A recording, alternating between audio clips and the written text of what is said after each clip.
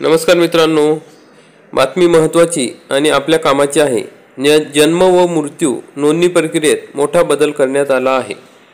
तर मित्रांनो, birth certificate हे अनेक ठिकाणी लागणारे डॉक्युमेंट आहे।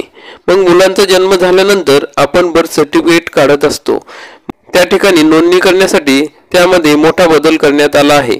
तर मित्रांनो, आपल्याला जन्म प्रमाणपत्र हे अनेक ठिकाणी लागते, जसे आधार कार्ड काढण्यासाठी, रेशन कार्ड काढण्यासाठी, पासपोर्ट काढण्यासाठी, मतदान कार्ड काढण्यासाठी, पॅन कार्ड काढण्यासाठी, ड्रायव्हिंग लायसन्स काढण्यासाठी आपल्याला जन्म प्रमाणपत्राची गरज असते।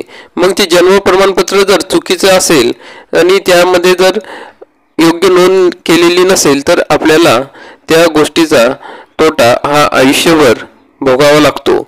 त्यामुळे जन्म प्रमाणपत्र नोंदवताना ते अतिशय काळजीपूर्वक नोंदवणे गरजेचे आहे। त्यामुळे भविष्यात आपल्या मुलांना याची अडचण होणार नाही। म्हणजे जन्म प्रमाणपत्रात जर चुका नसतील तर मुलांना त्या ठिकाणी भविष्यात सर्व कार्ड काढणे हे सोपे जाईल। तर मित्रांनो, तसेच मृत्यू दाखला म्हणजे डेथ सर्टिफिकेट हे सुद्धा अतिशय महत्त्वाचे डॉक्युमेंट आहे। त्यामध्ये सुद्धा मोठा बदल करण्यात आला आहे।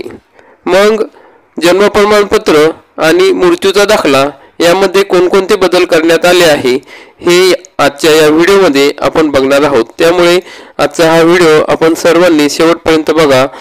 तर मित्रांनो, आपण जर या चॅनलवरती नवीन असाल तर चॅनलला सबस्क्राइब करा, बेल आयकॉनला क्लिक करा, म्हणजे असेच महत्त्वपूर्ण व्हिडिओ आपल्याला बघायला मिळतील।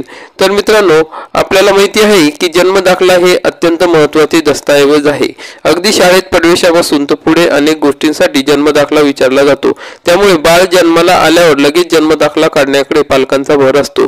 दरम्यान जन्म नोंदणी संदर्भात गृह मंत्रालयाकडून मोठे बदल करण्यात येत आहेत।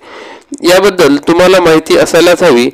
तर मित्रांनो, आता कुटुंबात नवजात बालकाचा जन्म झाला की मुलाचे जन्म नोंदणीसाठी आपण नोंदणी कार्यालयात जात असतो।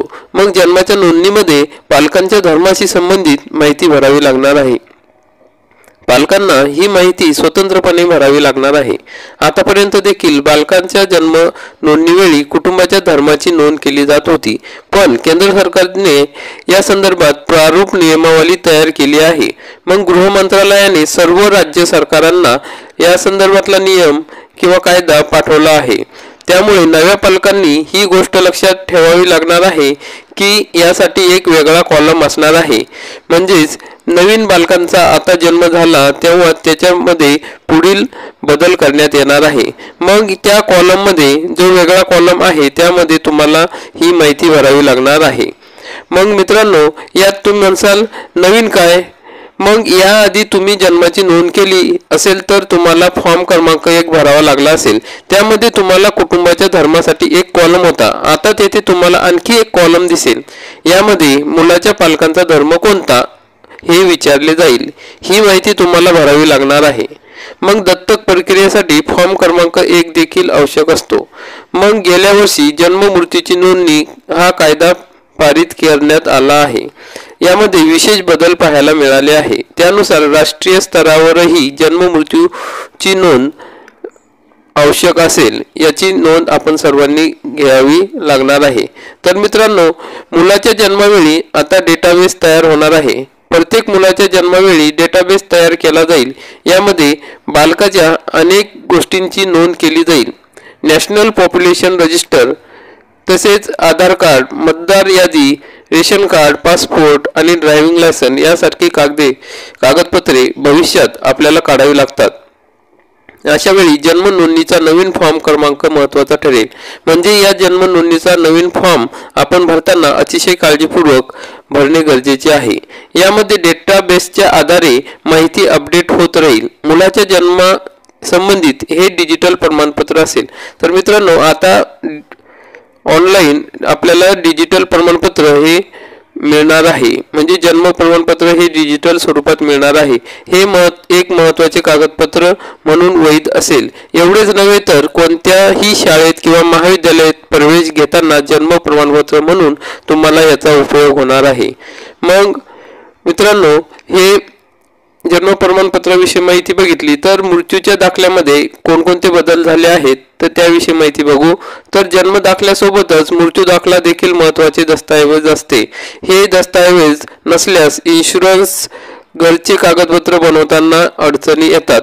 मृत्यू दाखल्यातही काही बदल झालेले तुम्हाला पाहायला मिळणार आहेत. यापुढे मृत्यू दाखला बनवताना तुम्हाला मृत व्यक्तीला कोणता आजार होता का याची माहिती भरावी लागणार आहे. मग या संदर्भात भारताचे रजिस्ट्रार जनरल यांनी या संदर्भातले निर्देश जारी केले आहे. मग यामध्ये जुन्या आजारांची माहिती देणे बंधनकारक करण्यात आले आहे. भारताचे रजिस्ट्रार जनरल म्हणजे RGI हे राष्ट्रीय स्तरावरील देशभरातील जन्म आणि मृत्यूच्या डेटाची देखरेख करतात. तर मित्रांनो, आपल्याला भविष्यात कुठलीही अडचण येऊ नये यासाठी आपण जन्म आणि मृत्यूची नोंदणी करताना काळजीपूर्वक करावी. हा व्हिडिओ बघितल्याबद्दल धन्यवाद. व्हिडिओला लाईक करा, चॅनलला सबस्क्राईब करा, बेल आयकॉनला क्लिक करा. जय हिंद, जय महाराष्ट्र.